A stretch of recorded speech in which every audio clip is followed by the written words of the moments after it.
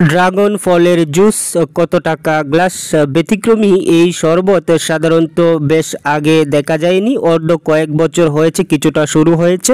তবে 2024-এ অনেক জায়গায় আমরা দেখতে পাচ্ছি যারা বিক্রেতা আছেন তারা ড্রাগন ফলকে জুস বানিয়ে বিক্রি করছেন বা শরবতের যেটাই বলুন না কেন। রিমন ঠিক এই জুসগুলো একেবারেই কম দামে বিক্রি করছে। কম দামে বলতে অনেক কম দামে, আপনারা আন্দাজও করতে পারবেন না।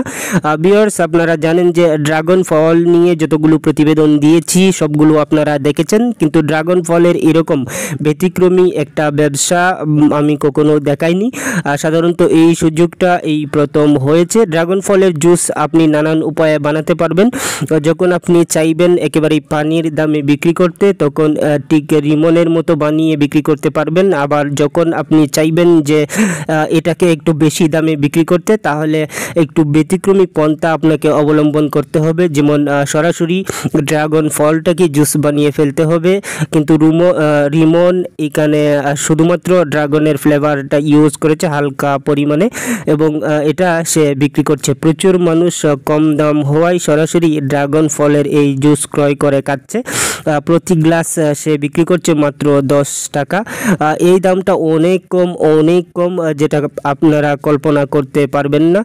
সত্যি বলতে এখানে সে সামান্য পরিমাণের ড্রাগন ইউজ করেছে যেন দামটার সাথে মিলে যায় এবং মানুষ একেবারেই কম দামে ক্রয় করে খেতে পারে।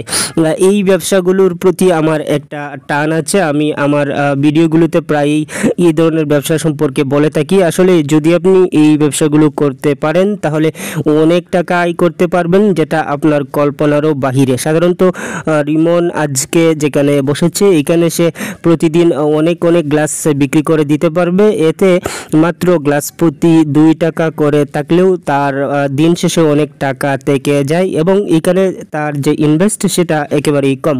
আপনারা যারা এই ধরনের ব্যবসা শুরু করবেন তারা অনায়াসে শুরু করতে পারেন।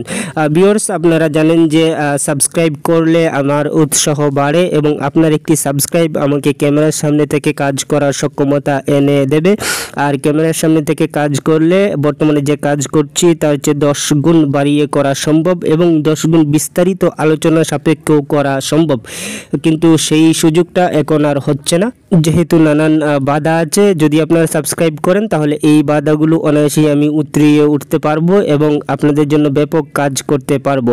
তাই অনুরোধ রইল, সাবস্ক্রাইব করে পাশে থাকবেন। আজকের এই ভিডিওটি আমি সংগ্রহ করেছি সাধারণত সিলেট শাহফরান এলাকা থেকে প্রায় ভিডিও দিয়ে থাকি।